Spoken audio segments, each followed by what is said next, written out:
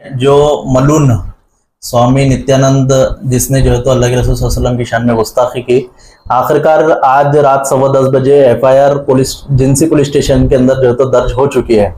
302 और 35 के अंदर जो है तो एक ऑफेंसिबल गुना के तहत जो है तो ये एफआईआर दर्ज हुई है। ये दोनों के ऊपर ये एफआईआर दर्ज औरंगाबाद के अंदर हुई है।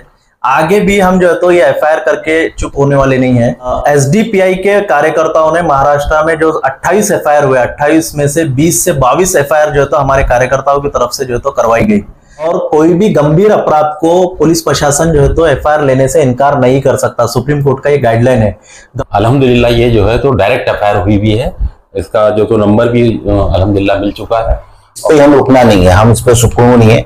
इसके बाद इसको और आगे बढ़ाते रहना, इसलिए हम आप लोगों से वो भी करते हैं, रिक्वेस्ट करते हैं कि इसमें हमारा साथ दें।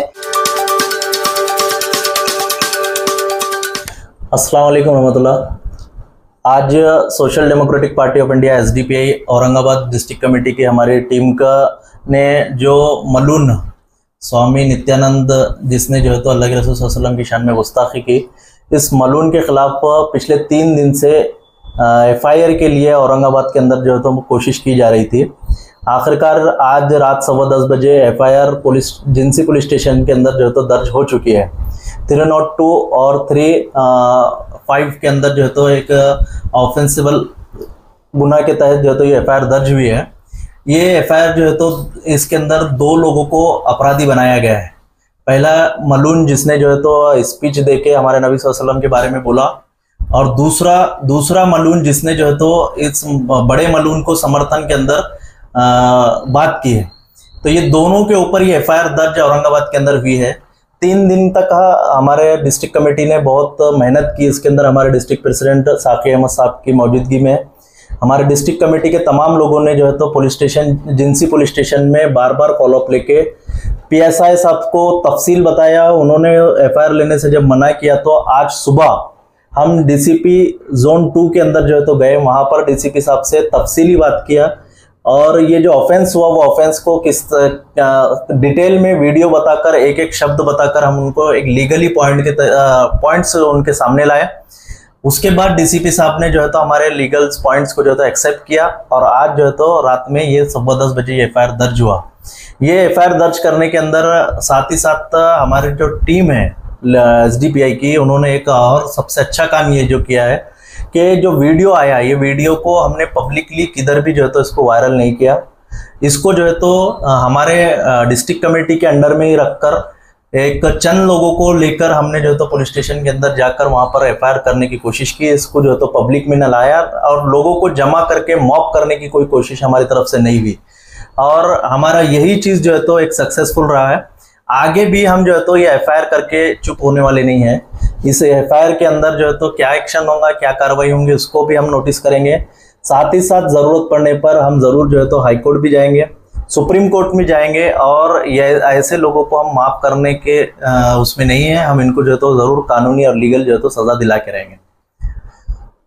औरंगाबाद में रामगिरी के खिलाफ आंदोलन जारी है, उसके बारे में आप क्या कहेंगे? देखिए, वो रामगिरी मलून ने भी जब जो है तो उसका स्टेटमेंट दिया था, उस वक्त में भी एसडीपीआई ने खास करके पूरे महाराष्ट्र के अंदर यहाँ के मुस्लिम नौजवानों के साथ, मुस्लिम उम्मत उलमाओं के साथ में जाकर एसडीपीआई के कार्यकर्ताओं ने महाराष्ट्र में जो 28 एफआईआर हुए, 28 में से 20 से 22 एफआईआर जो है तो हमारे कार्यकर्ताओं की तरफ से जो है तो करवाई गई। उसके अंदर भी और इसके अंदर भी आगे चल के हमारा रुख साफ है। हम जो है तो कानूनी तौर पर इसको जो है तो बहुत लंबा लेके जाएंगे। हम इसको भूलने वाले भी नहीं हैं और ना ये चीज़ को माफ करेंगे। हम बार बार इसके खिलाफ आंदोलन करते रहेंगे और हाई कोर्ट और सुप्रीम कोर्ट का भी दरवाजा हम लोग जो तो जरूर खटखटाएंगे। दिल्ली गेट में जो आंदोलन चल रहा है, सो वहाँ पे लोग बहुत कम जा रहे हैं, उन लोगों से क्या अपील है? जो लोग जाना चाहिए या कानूनी लड़ाई चाहिए? दिल्ली गेट में जो मुस्लिम नुमाइंदा काउंसिल का जो धरना आंदोलन चल रहा है, शायद आज जो है तो 18 दिन उसके मुकम्मल हुए और लोगों के अंदर ये बातें हो रही है कि मुस्लिम नुमाइंदा काउंसिल को लेकर ज़्यादा लोगों का रिस्पांस नहीं है।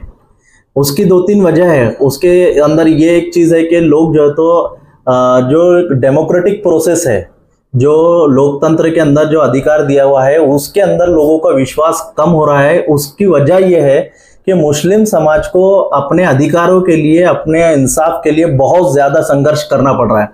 इतना संघर्ष करने के बावजूद भी शासन प्रशासन जो है तो मुस्लिम समाज के मसाइल को लेकर अनदेखी कर रहा है, मुस्लिम समाज को नज़रअंदाज कर रहा है। इसलिए मुस्लिम समाज के नौजवान आज मायूसी का शिकार हो रहे हैं और इसलिए जो है तो वो जो है तो डेमोक्रेटिक और लोकतंत्र के प्रोसेस के अंदर आने का लिए जो है तो अपने आप को रोक रहे हैं। तो हम ये चाहते हैं कि अगर शासन और प्रशासन उनके ऊपर सही तवज्जो देंगे तो लोगों का जो है तो विश्वास जो है तो यहाँ के कानून व्यवस्था पर बढ़ेगा और जो है तो लोग कानून का सहारा लेंगे, लीगल सहारा लेंगे, कानूनी कार्रवाइयों का जो है तो सहारा लेंगे। RS यूनानी फार्मेसी, गुर्दे, पित्ते में पथरी और दोबारा पथरी ना होने का किया जाता है मुकम्मल इलाज। Bahadurpura x road. रब्त करें 9390610436 पर। ये औरंगाबाद में हो चुकी है, तो दूसरे जो डिस्ट्रिक्ट के लोग हैं वो करना चाहे तो ऐसा हो सकती है यहाँ पर? जी देखिए, इसका लीगल जो ग्राउंड है वो ऐसा है कि क्राइम अगर हमारे लोकल एरिया में होता है तो हम, हमारा अधिकार है उसके ऊपर जो है तो हम अपने कंप्लेंट दर्ज करा सकते हैं। हम हमारे लोकल एरिया में, अपने घर में, अपने मोहल्ले में, अपने एरिया के अंदर यूट्यूब पर या मोबाइल के माध्यम से हम जो है तो देख रहे हैं। हम यूपी नहीं गए, हम ना गाजियाबाद गए, ना किधर गए, हम अपने मोहल्ले में देख रहे हैं। मतलब ऑफेंस हमने हमारे आंखों से यहाँ पर देखा है। तो लीगल एक्सपर्ट ये होता है कि यहाँ पर कानूनी हम एफआईआर दर्ज करवा सकते हैं। वो जीरो एफआईआर बोल के पुलिस प्रशासन उसको लेता है, बाद में सारे एफआईआर जो तो क्लब करते हैं। बहुत सारे लोगों का, ये एक्सपर्ट्स का ये भी कहना है कि ये सारे क्लब होने के बाद ज्यादा एफआईआर का उतना महत्व नहीं रहता, बाकी सब एफआईआर जो तो एक हो जाते हैं। वो कुछ हद तक सही भी है, लेकिन हम जब ये कानूनी कार्रवाई को लेकर और इसके ऊपर और ज्यादा स्ट्रॉन्ग कार्रवाई कराने के लिए अगर हम हाई कोर्ट जाते हैं या सुप्रीम कोर्ट तक जाते हैं तो ये कोर्ट के अंदर जो है तो हमको इसका बेनिफिट मिलता है कि अलग अलग जगह इसके ऊपर गुना दाखिल हुए और ये जो है तो ये अपराधी कोई मामूली अपराधी नहीं है। एक अपराधी के ऊपर अगर अलग अलग जगह एफआईआर दर्ज होना है मतलब एक बहुत बड़ा अपराधी है, ये एक बात जो है तो सिद्ध होती है। इसलिए दूसरे डिस्ट्रिक्ट के अंदर में भी हम इसकी कोशिश करना चाहिए। जनरली ये होता है कि पुलिस प्रशासन आपको लेटर देने के लिए बोलते हैं और लेटर देने के बाद ये बोलते हैं कि हम आपको इसका इंक्वायरी करके एफआईआर करेंगे, लेकिन वो लेटर देने के बाद, अटेस्टेड करने के बाद वो एफआईआर नहीं करते।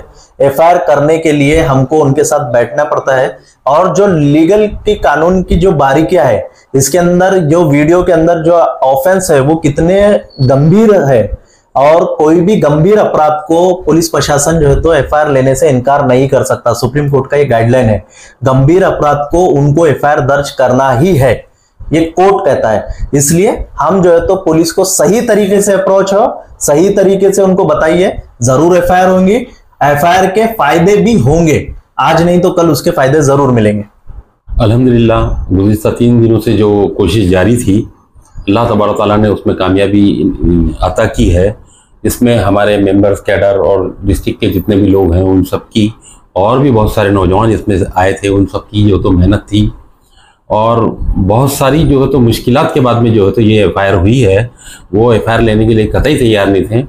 जैसे जिनसी पुलिस स्टेशन के जो गाड़े साहब हैं उन्होंने तो साफ कह दिया था कि मैं किसी भी कीमत पे एफआईआर नहीं लूँगा, और हम इस बात से बज़िद थे कि हम एफआईआर करवा के रहेंगे, आपको लेना पड़ेगा, एफआईआर करना हमारा अधिकार है और एफआईआर लेना आपका काम है। और उसके बाद जो है तो जो लीगल जो पॉइंट्स है वो हमारे स्टेट प्रेसिडेंट जनाब कलीम साहब ने भी हमको समझाए, जो हमने उन लोगों से डिस्कस किए, और उस पर जो है तो फिर उन्होंने कहा कि आप हायर अथॉरिटी से जो है तो बोलिए, तो मैं करने के लिए तैयार हूँ।